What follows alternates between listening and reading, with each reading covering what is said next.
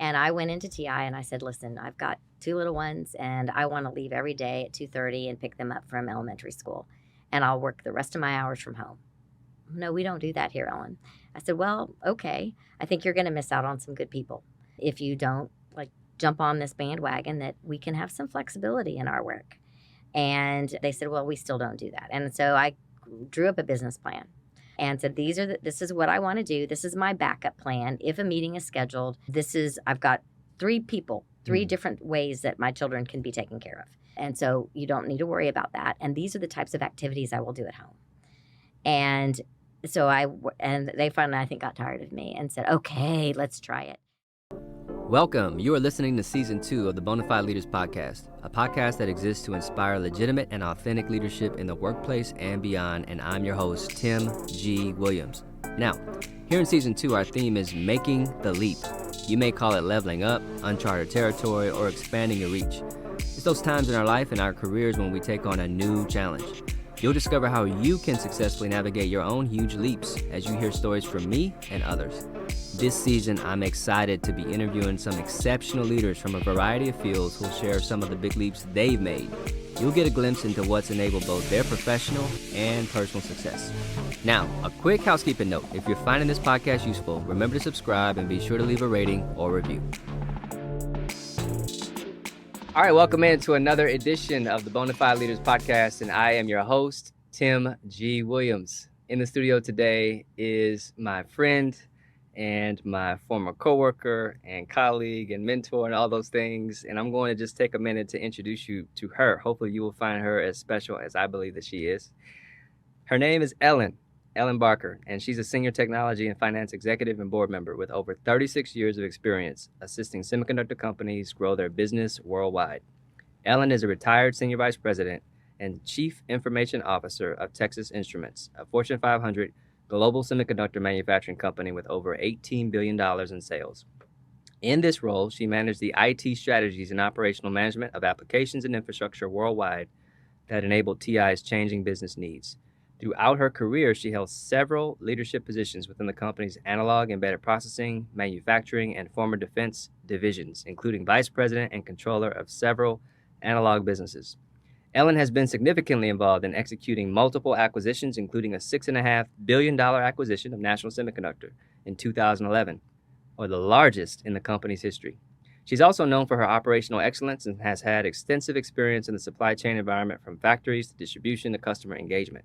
Ellen started her career at TI in 1984, and she holds a bachelor's in business administration from UT Austin and an MBA from the University of Dallas. Now, in addition to her career at TI, she has recently been elected to the board of directors at Microchip Technology, a publicly listed semiconductor manufacturing company. Congratulations. Thank you.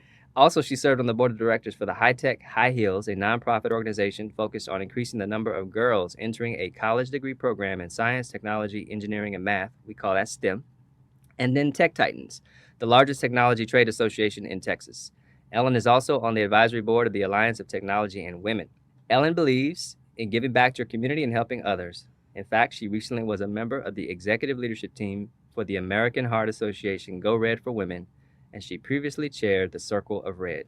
In addition, she is a United Way woman of Tocqueville. Ellen, I'm so happy to have you here live on the podcast. Welcome in. Thank you, Tim. It's my pleasure and privilege to be here with you today. This is going to be fun. It is. I can already tell. But wow, that's a mouthful. That is a long bio. We need to change it up. That's okay. That's okay. You've earned it. You have Okay. definitely earned it. Okay. All right. So one of the things that I have done with the last few guests that I want to do with you too is I want to kick off with talking about your favorite or your dream. I'll call it the interim fill in the blank. So if there were a job, past or present, that you would say, oh yeah, I would love to do that for 1 week. 1 week only. I get to run it. I get to experience it. For me, for example, it's the National Basketball Association, be an NBA player. But for you, what is that interim fill in the blank? Wow. I wasn't really prepared for that. Of course. So thank you for throwing that curveball. My pleasure. But since you told me what you would like to do, Yes. as you know, I'm a golfer. Mm-hmm. And so I think for me, just working with the LPGA, I mean, I think there's so much we could do just to, make that sport just really great and want to have people watching it and supporting women in golf. Is there a commissioner of the LPGA? I'm sure there is. Okay. I'm sure Because, there is. with the podcast, I could try to vouch for you to maybe get a week in that spot if you wanted it. I could Well, try it's either that or even juniors golf. I mean, I'd love that. I mean, there's the whole PGA of Frisco. I could just go figure out something there. Good. And I should just try to do that. You should absolutely just try to do that. All right, awesome. We got that out of the way. Look, we're talking about making leaps, and leaps in our careers. Sometimes they're structured, sometimes they're unstructured, sometimes they're planned, sometimes they're unplanned. But it's kind of this whole world of uncharted territories, and you have gone through several. I'm going to run through a few that I know about, and then I'm going to ask you maybe for the audience just to kind of give us some sense, the Cliff Notes version of the major leaps that you've made, and then we'll kind of unpack those as we go. But what I know is that you started in Houston as a business planner. Is that right? Yes, that's right. Okay. And at some point you moved to Dallas, and then at some point your career took you out of state to California, something that we have in common, and then took you back to Dallas. And of course, now you're a board member. You've served a ton of nonprofits. Walk us through the period of 1984 to retirement. Walk us through all those different moves that you've made. Well, we really don't have time for all of that. But just the Cliff Notes version, like you suggested, I started TI in 1984, straight out of college from the University of Texas, Hook'em Horns. And I had to say that. We have a good football team this year. So, I started thinking I was going to be in finance. I had a finance undergrad. I was going to be in Dallas. Actually, I was going to be an expat accountant. And my fiance at the time, who is now my husband of 40 years, he was in law school in Houston. So I just needed a job, and I wanted to work for TI. And so I said, can you find me something in Houston? And they said, we'll take you as a production planner or business planner. And I said, what is that? And they said, don't worry. We hire finance people all the time to do that. So that's what I started. And I loved it. And interacting with customers, with factories, making semiconductors, testing parts on the weekends to maximize revenue. I mean, it was just, and I thought I loved it because it was my first job out of college, my first professional job, but I loved it because, I just loved everything about operations. And didn't even realize that until fast forward, say 20 years later, when I got back into operations. Because in between that time, after I left and we moved from Houston to Dallas, so now I'm in Dallas TI, but I'm doing more, still production planning, but for the defense business, still semiconductors, so still great. And then I went into finance. So I was finance for 16 years, doing cost accounting, financial planning. I was in corporate R&D, doing all the finances for R&D, for our Silicon Technology Group. And I did that for a number of years, and then I got the role to come and be an F&O director, finance and operations director, which I know you had one of those roles as well.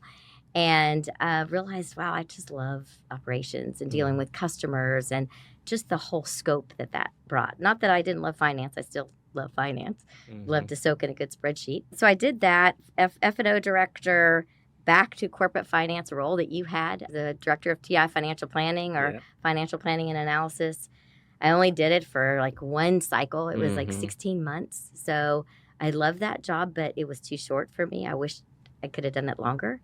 And then went back to be a controller of one of our businesses, and then got the tap on the shoulder to go to California. And so if you all as listeners haven't looked at season 2, episode 1 and episode 3, where Tim talks about his career, that will highlight part of my career because we had the same roles. Absolutely. But I went to national to, number one, integrate the company. It was $6.5 billion acquisition. And my advice from my bosses were, don't mess this up, Ellen. And so it was very scary. It was a big leap, moving somewhere different, and we don't know anybody. I'd spent 30 years cultivating my career at TI. And in Texas. Yeah, and in Texas. And now going to California and not knowing anybody. So it was a big leap, and then followed by the next big leap, which was coming back to be the CIO of the company. And I did that for 7 years. That was the longest job I ever had. 7 years. Almost 7 years. Wow. It seemed like it was a second, but it was a good time. Yeah, that was a long time. So, and then now I retired in 2021 and became a grandma.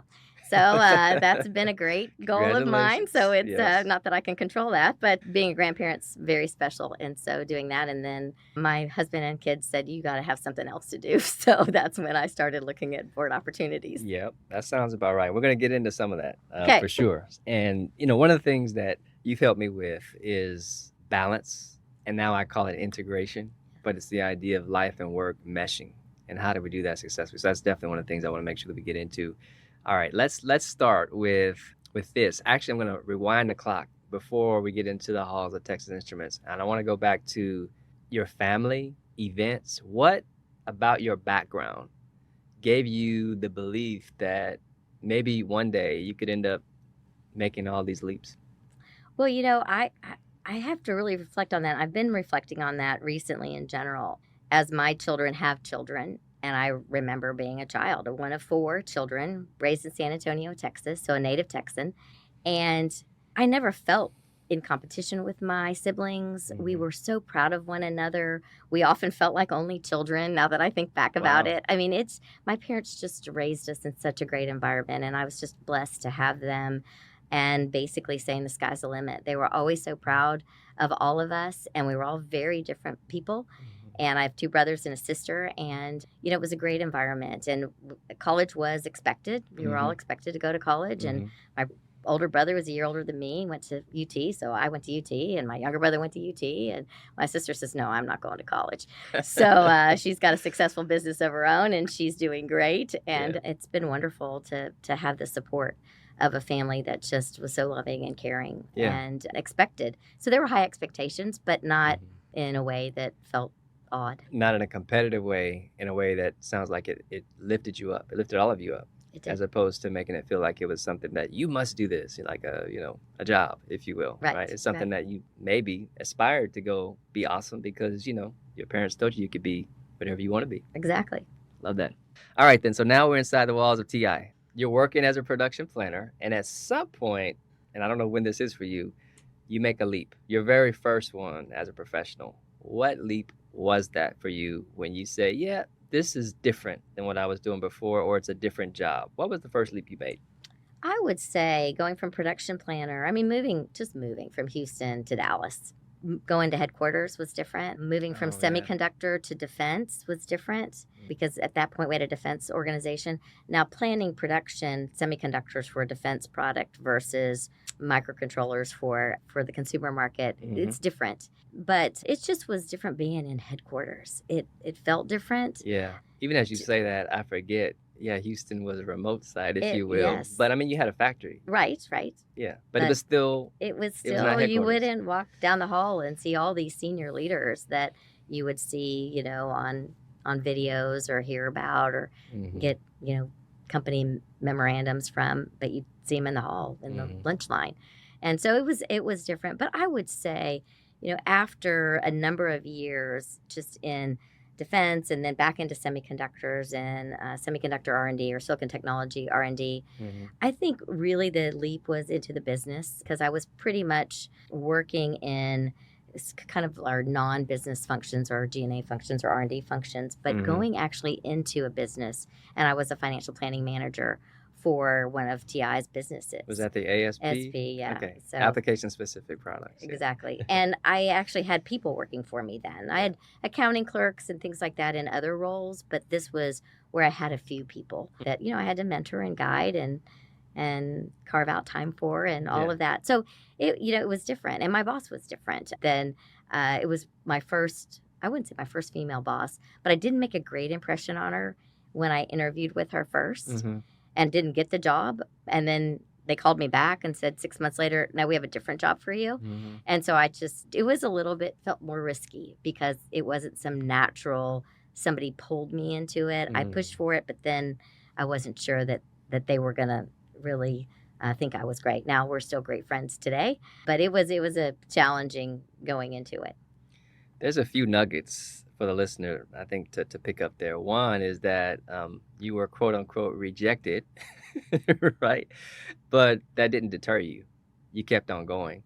And it says something about the way that you presented yourself, even if it wasn't the best you, that they made a decision to still call you back for something else later on down the road. You talked about going into an unfamiliar spot. And that's what this season is all about. You're going from defense into the business, or manufacturing into the business.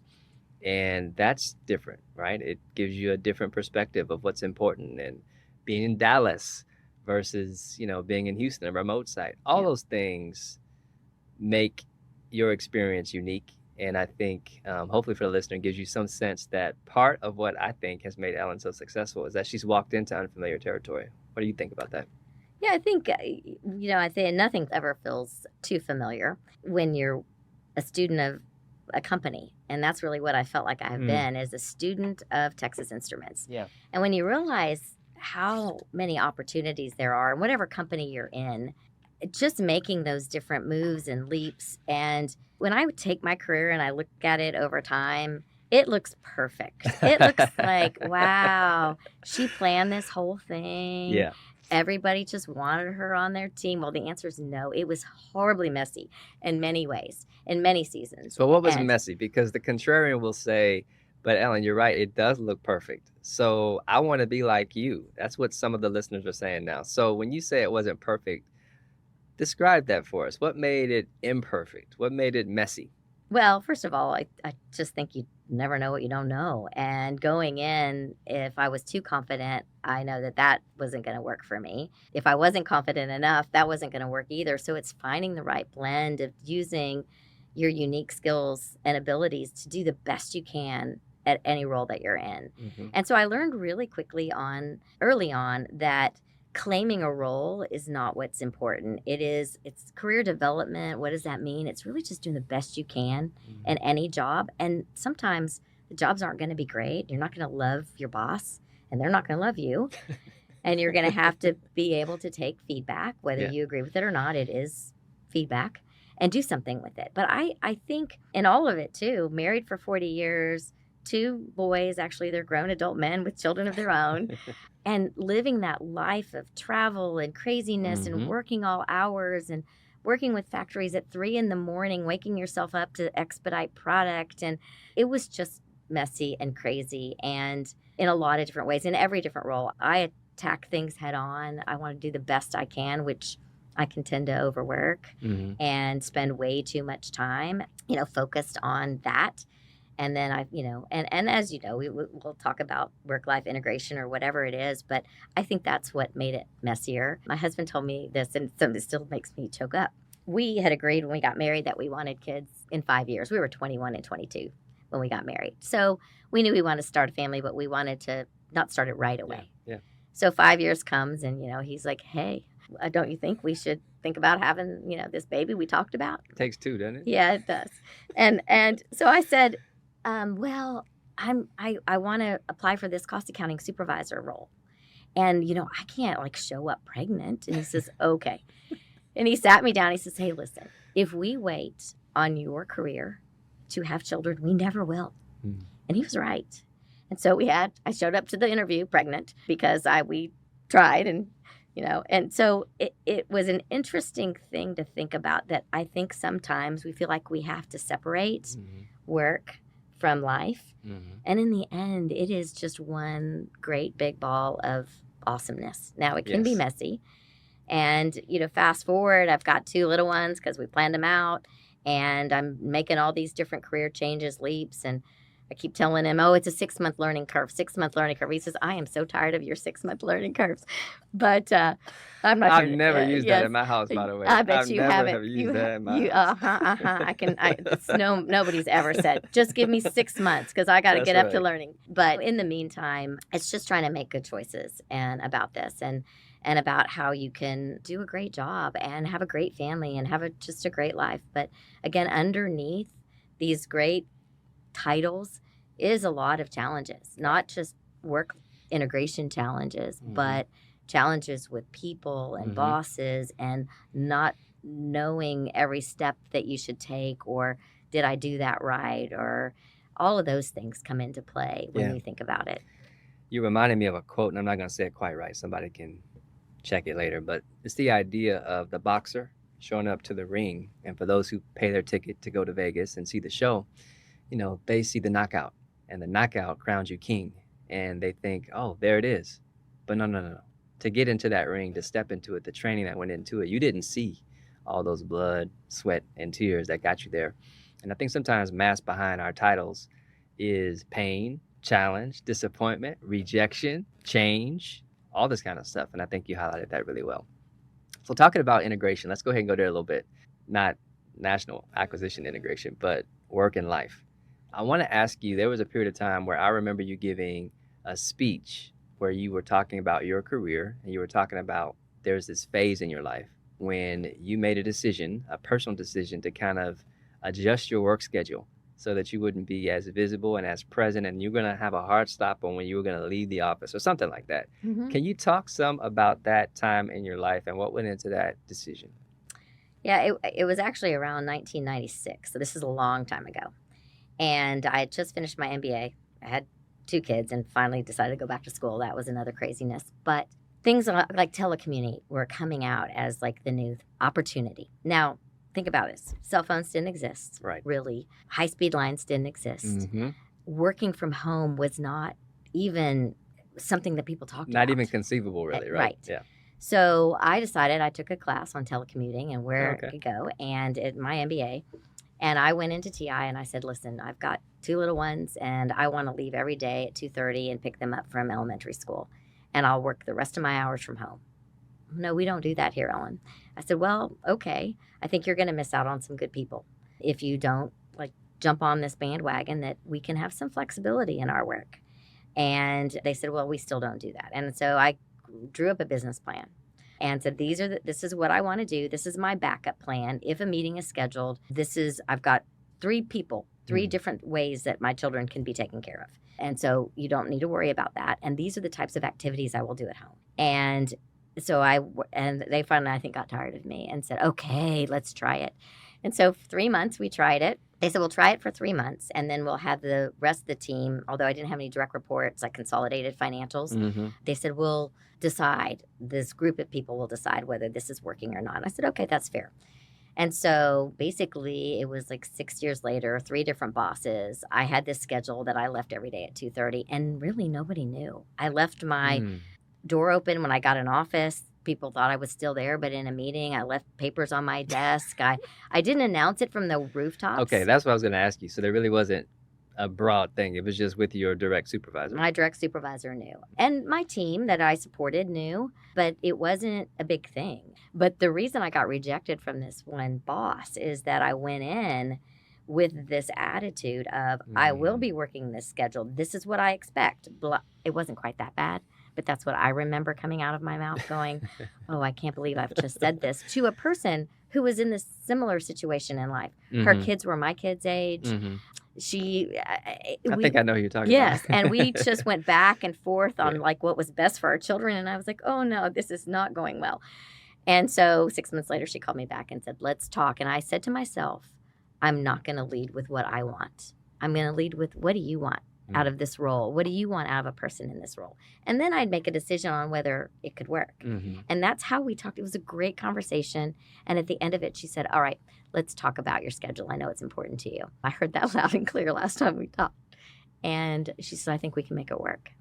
And so that's what happened. Wow. But it was just, you could just, when it's not working out and that you've started down a path that you didn't, and you try to recoil from it. But in the end, it all worked out great. And she's a very good friend of mine today. It's awesome. Okay, that's super. I think for those listening, there's a couple of takeaways there. One is that just because something hasn't previously existed, culturally, structurally, the rules say you can't do it. Well, maybe they don't say you can't. You pushed up against that rule, if you will, that boundary, and decided to go for it. And you were rewarded for going for it. I mean, again, this is the theme of this season, is all about making leaps. And to some extent, they're leaps of faith, because the company could have said, you know what, in light of the fact that you want this change in schedule, we're going to reduce more than just your hours or change your hours or something else. Right. Because again, this is something that was unheard of back then. So you opened doors, actually, right? Now you became, that's the second part of this, is that you became a trailblazer, because there's many, many others who came behind you. And of course, post-COVID, this is a regular thing for most of us. So just kudos to you for standing up for what you felt was important to your family and to your life. I've always loved when you talk about that. Thanks. Let's talk about relocation for a little bit. Yeah. Mm-hmm. So you made moves from Houston to Dallas, Dallas to the Bay Area back to Dallas. Of all those, which was, if you could say, the most challenging of those moves? And talk, if you will, a little bit, Ellen, about the work dynamic, but also the personal dynamic when you take your family and you move someplace new. Well, yes, moving to the Bay was challenging and so rewarding, and probably one of the best experiences that led me to where I am today from a leadership standpoint and from an ability to really take risks and to learn things that I never even thought I needed to know. The good news is my children were grown and in college when I moved. Very different from what your situation was. As you heard on one of those episodes. Yes, episode 3. It's awesome. Y'all listen. But it was my husband. I remember them calling it, CFO of the company calling me in, and he said, and I'll remember it clearly, it was March 11th, 2011, and we had just had a major earthquake in Japan. Yeah, that's right. And so we were reeling from, are our people safe? What's happening? What do we need to do? Let's look at our customers. How do we go get these factories up and running? What's happening? I remember that very well. Miho. Yes. Yeah. And so then they called me in and said, hey, we're going to acquire this company. And so we want you to go out there and be the controller. And I said, oh, okay. Well, my kids are in college. I think that'll work. I can go back and forth. And oh, no. You're moving out there and this won't work unless your husband goes with you. And I said, well, my husband has a job. And they go, he does? He has a job. He has his own career. Oh, we thought he worked part-time. We thought that, I said, I know what you thought, but no, he has a full-time. He's a full-time lawyer for a large corporation called L3. Right. So they said, well, darn, and I said, no, I'll let us consider it. Let's go figure this out. So we went home and my husband talked to his company and his company said, hey, we just need you to be able to do what you're doing. And we've got a place in Menlo Park and you can go work out there. Oh, is that right? So it worked out great for him, worked out great for me. Our kids persuaded us to keep our home in McKinney so we'd have a home base because they didn't want some place in California to be where they come for Christmas and Thanksgiving because they were still in college and wanted to come visit. And so we got a condo there. But when you think about 2 career people working, the move was not shared. It was me. It was my career moving us. So you got to figure out where you're going to live, what you're going to do, how electricity, this, that, what furniture you're going to take, what are you going to leave? I mean, in the midst of, you got this big job to do too. Now, I'm not saying he wasn't supportive and helpful, and he was, but I just think it adds just this dynamic of stress of a physical relocation that I had never experienced before. Not to mention, even though you'd done Houston to Dallas. Oh yeah, but that was different. Circumstances were different. No kids. It was just one apartment to another. Our families were in Dallas, so that was an easy reload compared to uprooting your life, your friends. I mean, we had been living in this home for 20 plus years. Our church family was there. We were going to a place where we knew nobody. I knew the HR manager because and some of the salespeople. Yeah, and the salespeople, of course, if that's it. But that was really pretty much it. Yeah. So there was a loneliness that I didn't anticipate there. The national team was awesome. They were really nice to me, but I couldn't quite figure it out. Are you nice to me because I'm the only TIer that's assessing this, or are you nice to me because you're just nice people? What are their agendas underneath? That's what you were trying to figure out. Yeah, trying to figure that out. Yeah. And anyway, they're just people. But it was the first 6 months I was there, we had not finished all of the steps that you need to acquire a company. Right, I remember that too, yeah. So I was on the campus there with a contractor badge that said National Semiconductor, and I was the only contractor from TI allowed to go unescorted across the interesting. And so I'd sit down in the cafeteria. Hey, how's it going? Tell me about this. What do you think about this acquisition or merger or whatever you want to call it? And have just rich conversations with people. They didn't know who I was, maybe or maybe not. I mean, I told them if they asked, but it was a really interesting 6 months going through all the antitrust and making sure that we could pass all these hurdles, working with the lawyers, all this that I didn't know, but ready for what we call day one. The signs are going to change. And you've talked about September 2011, I think it was. Yeah, talking about the facilities, the koi pond, all of those kinds of things, what's going to happen. Yes. But It was just, first of all, integrating a company that large. And in my conversation, when they asked me to be the controller out there, they told me, hey, don't worry, you're not going to have to go out right away. This is, March. You're not going to have to go out right away. It is going to take a while for us to really integrate and for you to go be the controller of that business. And I said, okay, so you have 6 months, 8 months. And then they came back a couple weeks later because I asked all these questions. Well, what about this? Who's going to integrate? Who's going to do the finance? Who's going to do the supply chain? Who's going to do the design engineering? How are you going to do this? I had been part of integrations before, mostly the financial lead or support of them, but not the whole thing. And so they came back a couple weeks later and said, oh, we've changed our mind. We not only want you to be the controller, but we want you to lead the entire integration. And I went, oh, and we want you to leave tomorrow. We're going to announce it. I was like, okay, well, that sounds like 2 jobs. Oh, it's fine. You'll be fine. And I was fine. It was 2 jobs. I'm dying laughing, right? Because this is our old company. This is the way things used to go. Of course. And I would like to say they didn't know all of this when they called me in on March 11th. But I think the answer is they were maybe kind of hoping you might just figure out that, hey, we got some holes here. Maybe you can plug some. Yeah, I think, sometimes we play checkers and other people play chess. That's right. I think we just don't see that chess game going on above us. And that's what it is. Hey, listeners, if you're busy, and I know you are, but you want to grow your leadership in an efficient and cost-effective way, I invite you to check out my on-demand digital leadership courses at bonafideleaders.com/courses. Now, you're wondering, what do I get in exchange for my purchase? Well, you'll get dynamic teaching and insights, and you'll leave with the tools and practical application you need to be a more effective and impactful leader, wherever you lead, at work or at home. You'll become more confident in your capabilities because you'll know your unique leadership style and how to apply it. You will know how to create powerful and engaging meetings and also how to better integrate your work and life. You'll get that and much, much more.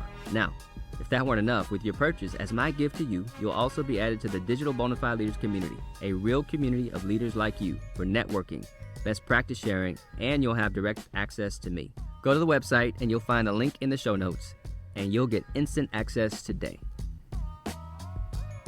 Okay, so that was a big change. Yes. And just for the listener, just so you have some context. So Ellen was my boss briefly in like 2010, 2011. And then you got the promotion to where after that? Oh, it's That was California. California, yeah, okay. And then after she was promoted to CIO, I got the opportunity to backfill her in California. So that's how the pieces kind of come together. So I have maybe a weird question for you. We have advisors. We have people who support us in our career. And sometimes they're cheering us on because they're like, yeah, you need to go for that job. And then other times they're like, oh, pump the brakes. Do not do that job. Has there ever been a case where on either side, you were really excited about an opportunity, but your support group, your mentors were like, no, I don't think you should do that? Let's start with that one first. Has that ever happened? Well, I have not sure about that because it seemed like everybody was okay with where I wanted to go. I would say there was a time in my career that I spent a number of years in this one organization doing financial planning, capital planning, and then being on the team that built our R&D factory in 1998. And it was a long time. It was like 7 years in this one organization, but different roles. And people would say, don't you feel like you're going to get stepped over or that you're going to be forgotten? And are you sure you don't want to do something different? And my kids were young then. I just was finishing my MBA, going to school at night, and I had these little ones. It's one thing when they're in school, but it's another when they're, toddlers. They need you. And they do. And I just said, no, I just am going to make this choice, and I'm going to do this. And then, of course, 20 years later, I want to say, hey, I think it worked out okay. But I think that was more of the pushback I got. Are you sure that you don't want to go do something? You can do more. And I think that's the issue. That was for me. I think as I evaluated board opportunities, there were people that are in my network now that would say, are you sure you want to do that? I mean, because you spent 3 years not being attached to a schedule, and are you sure you want to do that again? And so there was that. And more not saying don't do it, more consider this and make sure you're evaluating it, in the best way possible. Okay, that's cool. So what about the other way? I know there was a situation where you applied in ASP for a job and they said, no, go away, come back in 6 months kind of a thing. Did you have any other opportunities like that where you really wanted something, but you were told no? I don't. Well, that was the one that stands out the most. Is Okay. that I really just wanted to get to the business. Now the role was accounting manager. Mm-hmm. Now I had cost accounting in defense, but accounting wasn't. I liked it, but it wasn't like I loved it. And so when the financial planning Yeah. position opened, I was like, okay, now that's something I can get my head around. So I think sometimes, I mean, we make a path, and then it becomes the right path. And I think, of course, I think there's lots of divine intervention in that too. And I was told no because I probably wouldn't have been as successful Right. as that. I do say that I've spent a lot of time on not claiming a role. I don't want to say I want to be this. Yeah. I want to be the CIO. I want to be head of financial planning at TI. I want to be this, except for once. I went off to national and I asked my bosses at the time, leading this acquisition. I was in my late 40s at the time, knew I was going to be out there till I was 50, 51, whatever it was, a few years. Mm-hmm. And I said, is this my last role at TI? And they said, no. And I said, okay. You know that my goal is to be on the strategic leadership team of TI, and I'd like to figure out what are your expectations and how can I get there. Yes, we know what you want. Never claimed a role. Mm-hmm. But looking up, I felt like the role I was going to get when I came back, and I'd been the controller of two of our major businesses, that I was going to come back and be the corporate controller, the head of TI corporate controller. That's the role I was going to get. Mm-hmm. While I was gone, my mentee, who I groomed, which I love dearly, who is now the CFO of the company, Right. he got the role. Mm-hmm. The only role I ever claimed that I wanted. He got it. And I was devastated. And I thought, wow. So basically they told me, no, it's not yours, Ellen, it's his. And there were all the emotions that come from that. Such as? Do I leave? What's my next opportunity? Did I do something wrong? All of these questions. And basically it boiled down to trust us. We have other opportunities for you, and you need to stay and you need to trust us. To which you thought what inside? I had no idea. I don't know. You just I just said, okay. They said, is there a role in finance and operations that you could come back to that you would feel okay about? And I told him, yes, I'm just put me in coach, is really what I said. And I did take that leap of faith and trust. Now, it was interesting being in the Silicon Valley. There were lots of opportunities. I mean, you start to network with people and they're like, wait, you've led this integration and you're a controller of, this big business and you've been this one. If you want to stay out here. But I just said, okay, I'm going to trust them. I spent a long time with this company, and they did me right too. Yeah. When you think about what they allowed me to do for my flexibility, how much I poured in, they poured out too. And I said, okay, I'm gonna trust. And then within 6 months after my mentee pal, I was his first boss, got the job. I love my first performance review from him, but that's a whole different story. I'm going to come back to that in a second. But they called me and said, hey, we want you to be the CIO. Yeah. And we think spending time integrating the company and working so closely with IT that we feel like you are uniquely prepared to do this role. And that just didn't come up on my radar. Yeah. Well, there's several things to unpack right there. One was the integration. So after you left, people thought, oh, the integration must be over. No. It's a lot to get done. And so when you talk about IT systems and manufacturing systems, you remember Malacca, our good old factory in Malaysia. And so there was a ton of that. And it's not just finance and operations systems. No, we're talking about design and development systems, which you have to kind of get in the middle of and figure out how these engineers are going to use Cadence or not use Cadence. That's the electronic design automation software that we use and all this. So you're right. That experience did position you in a way that may not have been on your radar, but it was probably on the radar of the senior team. And it made a lot of sense for them to think about you there. Now, I got to go back to this. Gosh, there's somebody who's listening who's like, oh my God, are you kidding me? You trained this dude up and that's the job you wanted. The only one that you claimed, if you will, and they gave it to someone else who you trained. So somebody driving their car right now is like about to get into an accident. Don't do that. Slow down, pull over. Because that is like Looney Tunes, right? Well, here's what's cool from my perspective. So as you know, right, not only were you my boss, but we were peers for a number of years together on the finance and operations steering teams, right? So we're in the meeting where we're doing the integration. And as one can imagine in that room, when it's now announced that this person is going to be the boss of all of us, there were all kind of reactions. I'll never forget your response. Do you remember how you responded? No, I do not remember. So I could literally go one by one because I was fairly new to this level. So I'm just really listening in because, of course, I didn't think I was going to get the job. I wasn't ready for that. And every one of you had a different response. Your response was so gracious. You said, it's his, y'all, because there was all this griping, complaining, and bickering. I know people would think this never happens at an executive level. Oh, it does. It happens at every level. And you just said, you know what? It's his. The company's made a decision. It's his. We need to go and support him. We need to go and figure it out and recognize that this decision is made. That's the best thing for all of us. And I thought that that showed incredible humility, leadership, poise. And I had no idea what you just told me, how, inside that was hurting you. So the fact that you were in that room able to position yourself emotionally to have the presence of mind to help us to get our minds refocused on the job at hand, which is revenue and profit for this company, I think is just incredible. Did you know that? No, I had forgotten what I said because I'm sure it was right in the moment, but I had no idea what my next role was when I said that. I had absolutely no idea. But what I did know is that I believed in him. I always have. I mean, he came to TI. I was his first boss, and I said, he is special. Mhm. He's going to be great. Mm-hmm. We need to cultivate this. How can we do that? And we swirled around each other. He worked for me, and then he was my peer for a long time, and he took jobs after I had them, and all of these things. And so every step of the way, there was this preparedness for him. So why I had to look at myself and say, why are you upset about that?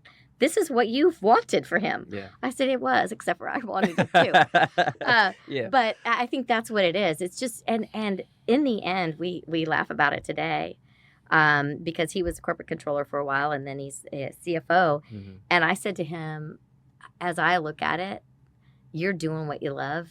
Right. And making a huge difference. And probably would do it better than I did. Mm-hmm. But I got to do something that I really love too. That's right. And I think I did a really good job at it too. Yes. And so it's just when you have hindsight into all of that, but in the moment, it is really, really challenging. Yeah, it is. But I think there's some trust. And again, I had to just remind myself about how good he is. And why. It's not like he had no talent. Exactly. Right? So. It wasn't, I mean, but I had to remind myself, he is awesome. And Yeah. you knew this. You knew this when you met him in 2000. Right. As did I. I met him the same year. Yeah. Mhm. So, all right. This is a good spot, I think, for us to talk a little bit about coaching. Because the flood of emotions that you just described, that I've been through, you've been through, all of us have been through, when you thought you had something and then it's not yours. Man, that's when it can really help to have a third party who's neutral and objective and not all in the weeds like we tend to be. Can you talk about the role that coaching has played in your career and your development? Well, I would say that I always wanted a professional coach. It's been interesting to understand coaching from the perspective of what I grew up with. People thought coaching in the corporate world was because something was wrong with you. Mhm. You were broken and you needed to go fix this. Because sometimes you hear about people, they have to go to a coach because they have bad temper or this. We call or it that. sentenced to coaching. Yes. In our industry. You've been sentenced to coaching. Well, at some point in time, it moved Right. to if you are high potential and you're seen as how can we accelerate your growth, they'll invest in a coach for you. Well, at some point in time, I go out to National Semiconductor, and I finally said to my boss at the time, hey, do you think maybe I could, have a little help? I mean, I don't know anybody out here. What do you mean? Is it like a coach or go to PDI or take some, you've not done that? You've never had a coach? I said, I've worked for you for a long time. And no, the answer is no. Oh, okay, sure. And that helped a lot. I mean, just having a neutral party when I was banging my head against the wall about either missteps that I'd taken or frustrations at this level or 3 a.m. calls or our lovely schedule at getting up at 5:30 because yes. Dallas started at 7:30. They didn't care about, any of your schedule. screaming in the middle of a meeting because nobody can hear you. Exactly. Hello. Hello, I'm here, I'm Hello. here. I just having somebody to bounce those ideas off of, and what else could I do? How can I be a better at this? How can I more effectively communicate? How can I make sure I stay present and visible? Yes. It's just, and I used this coach for about 6 months, and that person was great. I've had mentors inside and outside. One of my most effective mentors was an outside mentor as well, because they are objective. They don't Exactly. know all the inner workings. There's nothing in it for them. Right. And I think having a coach slash mentor externally is invaluable. Not that the internal is not valuable. I would say both. Both, absolutely. Right? The internal can give you perspective that the external can't because they're seeing everything that's happening. The external can come in and be like, really, are you truly seeing it that way? What about that's true? Because, from where I sit as this objective, sitting on a leaf, third party, it doesn't seem that way to me. What do you think, right? Right. So the combination, I think, can be really, really powerful. I agree with you. I totally agree. Yeah. And so I think it's wonderful. And I just applaud you for what you're doing now, and you're great at it. Well, thank you. Thank you so much. So listen, let's talk about this public company board thing in the context of taking on new opportunities. So one of the questions that the listener is going to have is, hey, how do I even think about whether I should take something on? When should I take something on? So you decided after 3 years post-retirement to take this publicly listed company, right? And decide to get involved back in semiconductors. So how do you determine whether it's a nonprofit board you've been a part of? How do you determine the right opportunities for you? How do you know? Well, and I think it's always hard to know. Again, we make a path, and with some divine intervention, it becomes the right path. And I think sometimes you've heard this before, you don't have to see the whole staircase, just take the first step. And I have been wrestling from the time probably later in my career, in 2021 most likely, whether I should get on a board really quickly or Right. whether I should just take some time. And talk to people both inside and outside TI. You just need to take some time and figure out, what does retirement look like for you?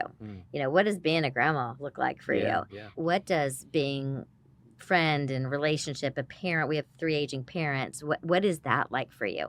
So it took me about 3 years to realize that, okay, all of this stuff is in a row now. Personally, I'm missing some level of intellectual stimulation, problem solving, or just learning and being able to make an impact. I had somebody say to me a while back and said, you can do a lot on nonprofit boards, but so can a lot of people. But as a female that's been in the workforce and has done the roles that you have, a public board would benefit from your experience that not that many people have had.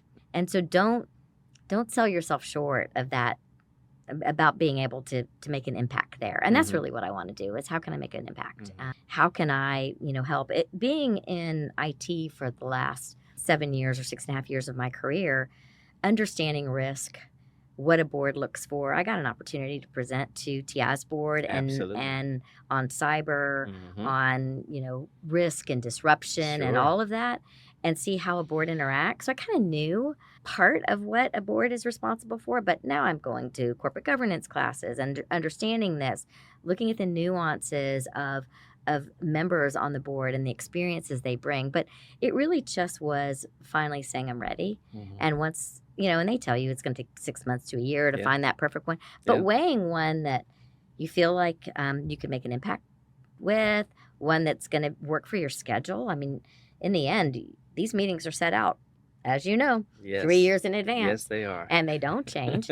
And so it's being able to say, does that line up with my travel schedule that I've already planned? And so sometimes you self-select out of opportunities right away if they come up, because you're not going to be able to fully commit. Right. So for me, I just kind of fell into this one in a really good way from my prior network and from people, and it was a great fit. And I just really liked the board members that I interviewed with. And so it was great. And it was time. Yeah, it was time. And you wanted that intellectual stimulation, the opportunity to make an impact. Yes. So that makes a lot of sense.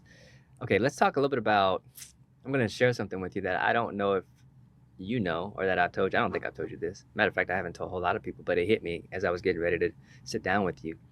You realize you are the only female boss I've ever had, direct supervisor. Did you know that? No, I had no idea. Yeah. I thought about that, and I'm Oh like, gosh, then there's no comparison, right? Can't compare me to anybody else because I'm the only. hands down the best. Except for your wife. Right, very important disclaimer right there. I want to shift and talk a little bit about the idea of women, the workplace, your involvement with all the things you do outside of work, STEM, high tech, high heels. Am I saying that right? You are. Can you just talk a little bit about, I mean, you've got the open mic, if you will. Talk a little bit about what we need to know as it relates to girls and education and careers that maybe people like me as a man, I might be less sensitive to, or for the casual listener, or even for the lady who's listening, who, as you remember that test we took, what was that? Oh, I'll never forget it, where we had our bias. Oh, yes. What's it called? The Unconscious bias. unconscious bias. Yeah, and we learned that even women can think like a male-dominated brain because of the environment that we went in. So I'm rambling a little bit. Let me just ask you, talk a little about just the experience of a woman, career, education. What do we need to know? Educate us a little bit. Well, I think, first of all, we're all unique and we all carry biases as well. Yeah. I think for me, I had to say, what are my unique strengths and authenticity that I can bring to the workforce, regardless of what my gender is. I look around and see that I'm working with a bunch of men, but they have wives and mothers and daughters, and that's okay. And it's funny because I think they got kind of female blindness around me sometimes because I did work in a male dominated, and right. I always tried my brand. I wanted to be tough-minded but kind-hearted. And so that's what I really try to lead with. How can I be kind in this situation but still be tough? But I just think that when we look at people as people and look at their capabilities and realize that gender or ethnicity, yeah, that frames how we are. But I think, just being able to understand that and go, wow, people can do a lot. Yeah. And I think when they looked at me to lead the national integration, they're like, well, she's kind of a shepherd. She will embrace these people and they will, they'll do what she wants them to do, maybe, but at least but there's that motherly instinct that piece that maybe they didn't possess.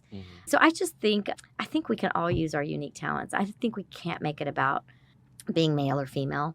I think we all should have opportunities. It's what we do with those opportunities. I remember being a golfer. I started playing golf when I was 10. My mother actually got me involved in golf because she worked for a golf course. Wow. And I used to take my golf clubs into middle school twice a week on Tuesdays and Thursdays. Well, sometimes the boys weren't very nice and they made fun of me for carrying golf clubs because back in the 70s, golf was not a good sport anyway. I mean, it was prior to Tiger Woods, who made it way different for all of us. Back in the day. Yeah. Right? I mean, people are like, what's that? But as females, there were no female golfers. Yeah. And so I would carry my golf clubs. I wasn't willing to let somebody tell me what I could and couldn't do, but I also wasn't willing to fight that. So I took my golf clubs to the back of the cafeteria, and the cafeteria lady took my clubs from me, and then I walked in school like all the other normal people. And so it's just being able to take what you really want to do and good at it and just make it work for you. Yeah. And that we're all human, we're all messy, we're all dealing with things. And I just think that women are and men, and we're all just we're smart and capable and different, and what are our strengths that we can bring to the table, and just capture those. Yeah. And just don't assume that people, because they're this way, they're going to be soft, and because they're this way, they're not going to ever be emotional. I've had grown men come into my office, come and cry. Yep. And I've had both. Yeah, exactly. And I just think we just can't get too wrapped up in gender and ethnicity and just look at people for that. People, what are your capabilities and what do you want to do? And I would say this to the men. I'm going to challenge the men for a second because this tends not to be a lady problem, but more of a guy problem.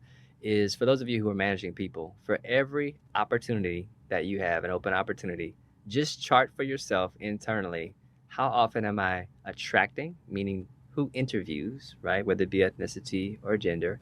And am I even extending interviews to people who look different than me and have a different background? And you might walk away with something interesting, if nothing else. And awareness is sometimes step number one. So I love the fact that you're highlighting that we're all individuals and we ought to get to know the best of the individuals that are around us, because at the end of the day, that's what we need from all these companies, all these organizations, all these nonprofits, is to be their best. And the way that they get to be their best is with the full engagement of everybody who's showing up. Agreed. Right. Well said. All right, then. So let's finish up with a couple more things here. I don't want to ask you about so much I want to talk about, but let me ask you about stress and managing stress. Being a senior executive can be, they say, lonely at the top. It can also come with a lot of pressure and demands, not just from the company, but sometimes also from our families who want more of us. So can you talk a little bit about how you have juggled this dynamic of managing stress and pressure and anxiety from both sides?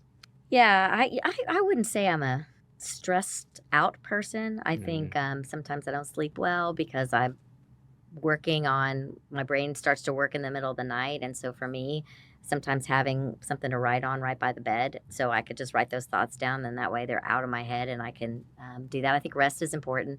Exercise is important. Having hobbies, and golf is important to me. I think surrounding myself with my family, and I've said this before and you've heard me say this, the most stressful time I had at the company was when the most important people in my life thought that work was the most important thing to me.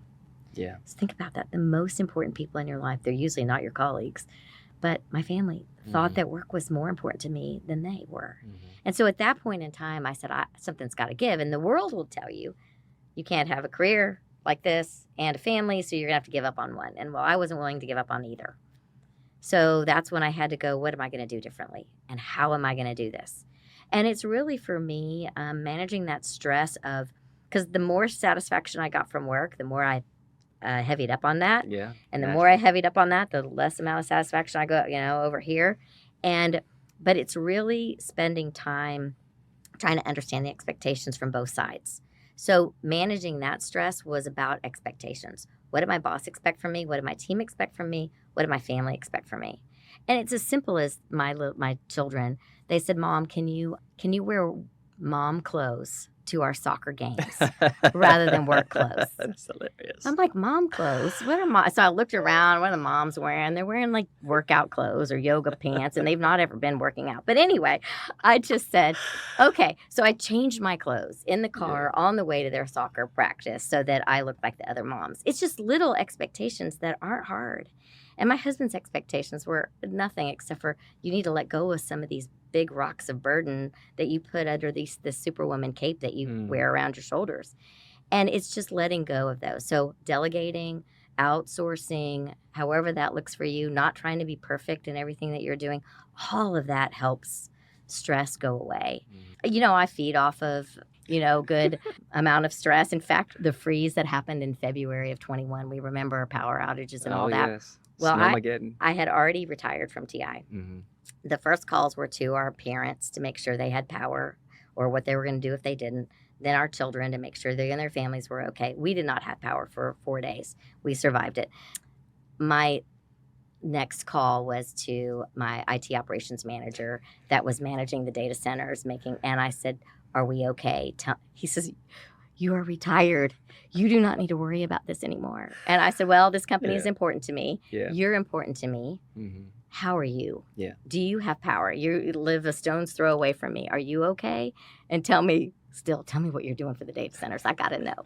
And so it's sometimes you just can't let certain things go. Yeah. I mean, and I think that's okay. Well, I think you wrapped that up really nicely to help us. And you gave us something very practical. For moms out there, you're coming from work. Look, just bring a change of clothes in the car so you can have some mom clothes. That might satisfy the kids a little bit at the soccer game. All right. So last thing, our listeners are one of three places. They're contemplating making a move. They're in the middle of a move right now, or they're safe. They're good. So they're not thinking about a move, or they're not in the middle of one. They're good. For the first two, what do you have to say for the audience members who are listening, who are contemplating a leap, or they're in the middle of making a leap? The last few words from Ellen. I think it's tough. Leaps are tough because they're different, and there's a lot of fear. You can be fear of failure, fear of the unknown, fear of criticism, or even fear of success. What if I'm successful in this new job? That means another one may come up. So I think that you just have to embrace that fear. I think choosing courage over fear is important. And I think once you embrace fear, you embrace growth. And as we Nice. think about embracing our fear of what these leaps look like, and you're never going to be able to plan it all out. There are going to be twists and turns along the way. And it's just not beating yourself up if you make a mistake, or if something you said was not taken the right way, or maybe it was the wrong leap that you took. And so now you're maybe feel stuck. I don't think you're ever stuck. Just do a great job where you are. And then the next opportunity will come along. Yeah. But I think we all need to remember that we are enough. And so don't beat yourself up. Just know that you're enough in whatever role you are, because if you're using your unique gifts and strengths each and every day to do the best you can to make an impact, then it's going to be great. I love that. All right, let me try to wrap up some of the key points from today. This has been so much fun. One is leaps are leaps, and they're leaps of faith. And whether you're physically relocating, or whether you're moving from factory to business, or business to factory, or going from sales to marketing, or marketing to IT, you can't map it all out. Nope. And you just got to step into it. I liked what you just said about courage and fear, and how the net result actually is growth. There's some other things which, you can integrate your work and life, especially for those of us who've been in these crazy executive level roles where, your time is demanded of you. There's ways you could manage that. And something else that you said, which is you can chart a new course, meaning you don't have to accept that, people can work from home, or they can't work from home, or we can't be remote, or we can be remote. Don't accept the written law, if you will, inside of a corporation. And I think for the leaders out there who set cultures in corporations, recognize that sometimes flexibility might be a good thing. And you actually might be able to get the best of the people you have and attract even better people. So, Ellen, this was super. I really enjoyed it, and I know our listeners will also. So thank you so much for coming through. Thank you, Tim. It's been my honor and privilege to just have a conversation with you. You're doing great. Thank you so much. Thank you so much for listening. If you got value from this podcast, don't keep it a secret. Subscribe, leave a rating or review, and share it with someone you know. Until next time, remember, our world is starving for Bonafide leaders. Take your leadership to the next level by applying at least one thing you heard today.